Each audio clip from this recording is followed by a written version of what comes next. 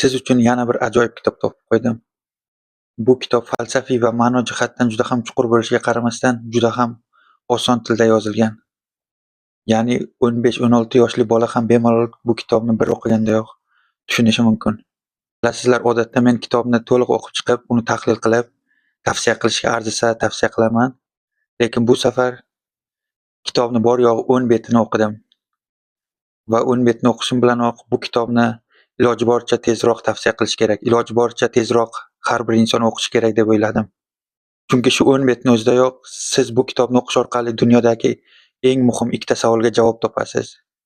Javoblar kitobda yozilgan deb o'ylamang. Javoblar kitobda yozilmagan. Kitob sizga shunchaki o'sha ikkita savolni beradi va sizni o'sha javoblarni o'z ichingizdan topishga majbur qiladi.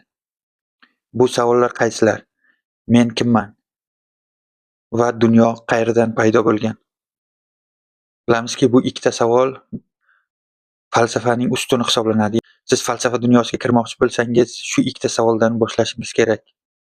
Men bu kitobni o'qiganda hayron qoldim, qanday qilib falsafani shunchalik oddiy tilda tushuntirish mumkin.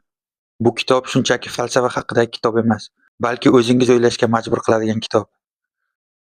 Bu kitob qaysi? Bu Justin Gardnerning Sophie's World kitobi. Bu inglizcha varianti taxminan 500 bet atrofida. Va bu kitobni tavsiya qilishdan oldin o'zbekchada bormi yo'qmi tekshirib ko'rdim. Va bu o'zbek tilida mavjud ekan. Bu kitobni As-Sahiydan topishingiz mumkin. Ya'ni bu hech qanaqa reklama emas. Men bilasizlar, reklama qilmayman, men shunchaki tavsiya qilaman. Shu o'rinda bu kitobni, shunday ajoyib kitobni o'zbek kitobxonlariga tarjima qilgan inson Ilhom Salimovga rahmat aytib o'tmoqchiman. Albatta bu kitobni o'qib ko'ring.